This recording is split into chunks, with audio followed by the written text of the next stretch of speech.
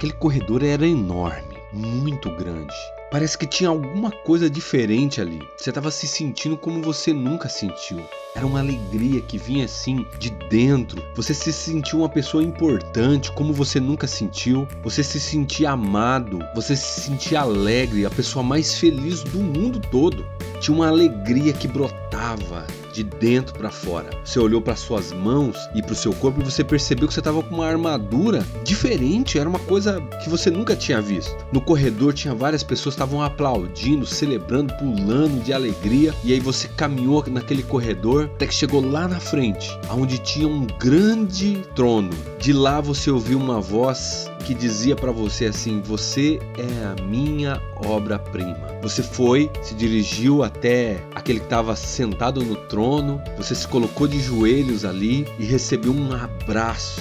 E aquela alegria assim transbordou como você nunca imaginou. A partir daquele momento você nunca mais ia se sentir triste, você nunca mais ia se sentir sem valor, porque você sabia a sua posição, você sabia quem você era. Naquele momento você descobriu que em todo o tempo você fazia parte de uma linhagem real. Essa história é a sua história. Essa é a história que Deus construiu para você. Algum tempo atrás, lá na França, uma casa muito pobre, uma senhora de 90 anos que estava perto de se mudar, chamou a corretora tal para dar uma olhada na casa porque ela ia se mudar e queria se desfazer das coisas. A maioria das coisas ali não tinha valor nenhum, né? Era coisas velhas, antigas. Aquela corretora estava meio duvidosa se deveria ir, sabia que as coisas eram velhas, mas ela resolveu ir. Quando ela colocou o pé na casa, ela olhou direto para a cozinha e no corredor ali perto da cozinha tinha um quadro. Era um quadro muito velho, mas muito antigo mesmo. E ela ficou pensando, mas será que é? Não é possível, será que é? E aí ela chegou perto daquele quadro, ela pegou o quadro, mas não é possível, será que é mesmo? E ela resolveu levar para verificar e ela descobriu que aquele quadro realmente era de quem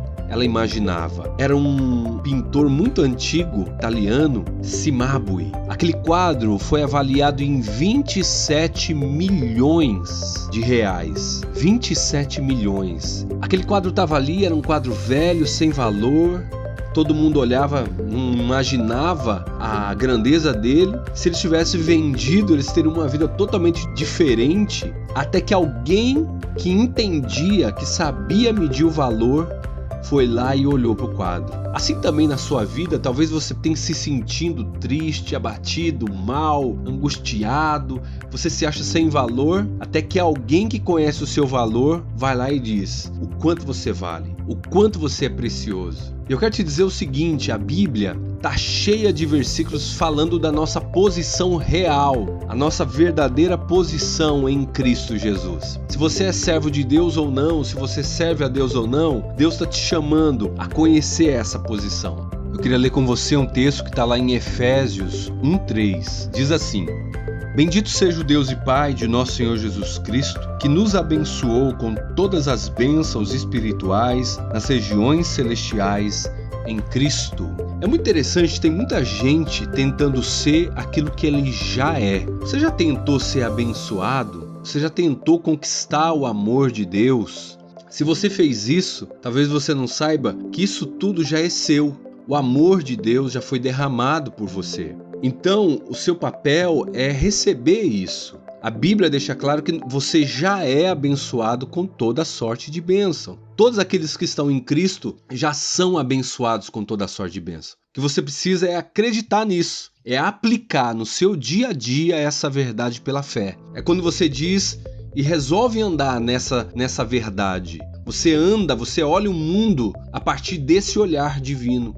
Tem uma frase muito interessante da Anais Nin que diz: não vemos as coisas como elas são, mas como nós somos. Tem uma frase também do Rubens Alves muito interessante que diz assim: nós não vemos o que vemos, nós vemos o que somos. Só veem as belezas do mundo aqueles que têm belezas dentro de si. Tem uma outra frase que diz assim: nós não vemos o mundo como ele é, nós vemos o mundo como nós somos. Então tá na hora de você mudar a sua perspectiva. Tá na hora de você olhar para a Bíblia e dizer: eu vou ser tudo isso que a Bíblia diz que eu sou. Eu vou ver o mundo a partir dessa visão real de Deus. Deus te chamou, foi para que você fosse e vivesse como rei. Deus te colocou nas regiões celestiais. Não foi para que você brincasse de viver. Foi para que você tivesse a visão dele. Foi para que você aprendesse do lado dele, andasse com ele, pensasse como ele pensa, sentisse a alegria como ele sente, ser confiante como ele é confiante, sentir alegre como ele é. Tem uma verdade que a gente não pode negar. As regras que a gente coloca na nossa vida para alegria determinam o que a gente sente. O que isso quer dizer? Quer dizer o seguinte: se você tem regras muito elevadas para alegria, mais difícil vai ser para você se sentir alegre. Ou seja,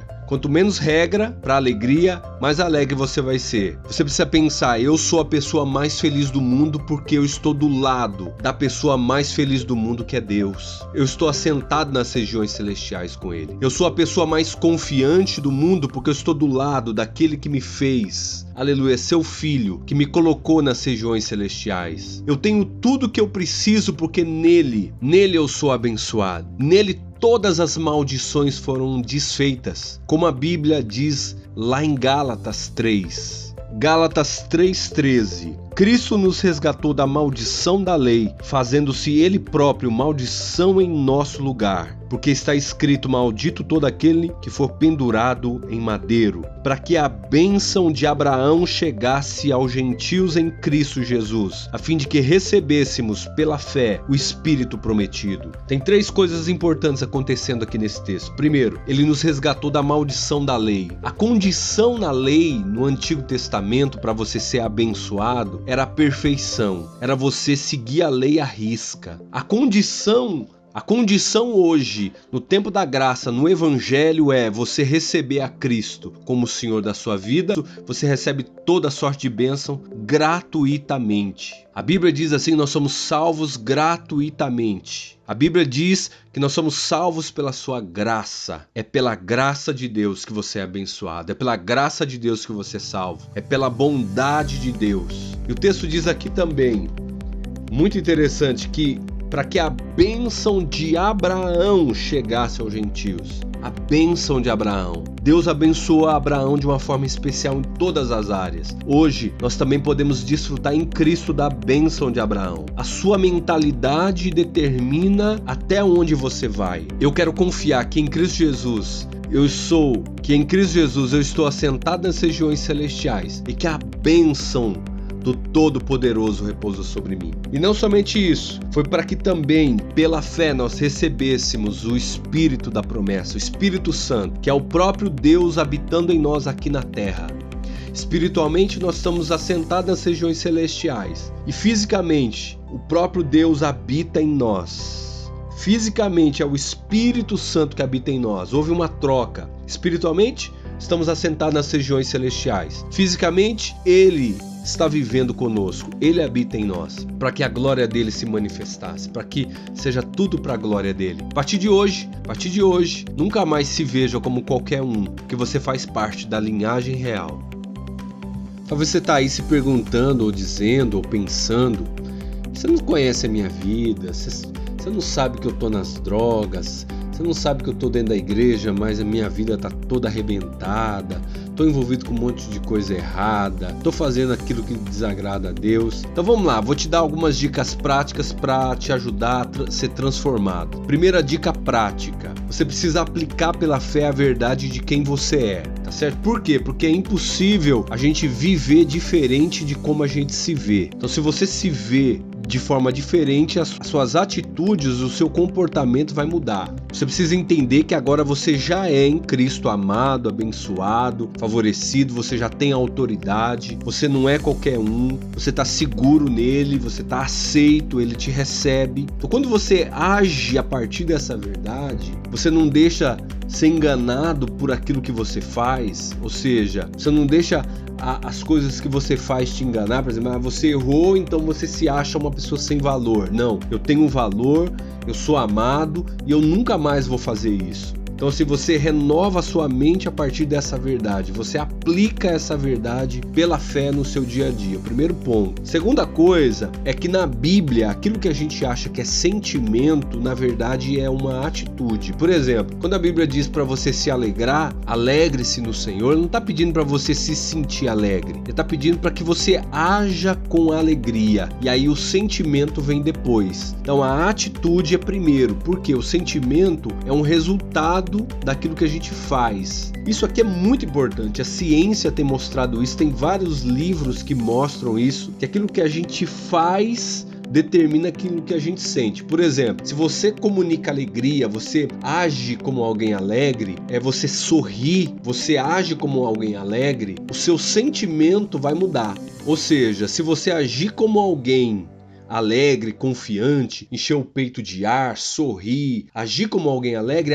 o sentimento da alegria vem logo em seguida, tá entendendo? Se você faz isso constantemente, por exemplo, eu vou tirar um dia todo para encher o peito de ar, vou pensar como alguém confiante, vou agir como alguém alegre, vou sorrir para as pessoas. Então, quando eu faço isso, você vai notar que o sentimento vem logo em seguida. Então isso aqui é uma chave. Primeira chave é você aplicar pela fé aquilo que você é em Cristo. Segunda chave, você agir segundo essa verdade. Terceira chave é você pensar, os seus pensamentos. Você precisa alimentar a sua mente com a verdade da palavra. Por quê? Porque os seus pensamentos determinam onde você chega. Você vai em direção àquilo que você pensa. Então se você alimentar todo dia da palavra de Deus, se alimentar mesmo, não é ler um versículo, é você se alimentar da palavra, você se encher, você se sentir abastecido, né? Você se alimentar de tal forma que a sua alma sinta totalmente descansada no Senhor. Quando você faz isso,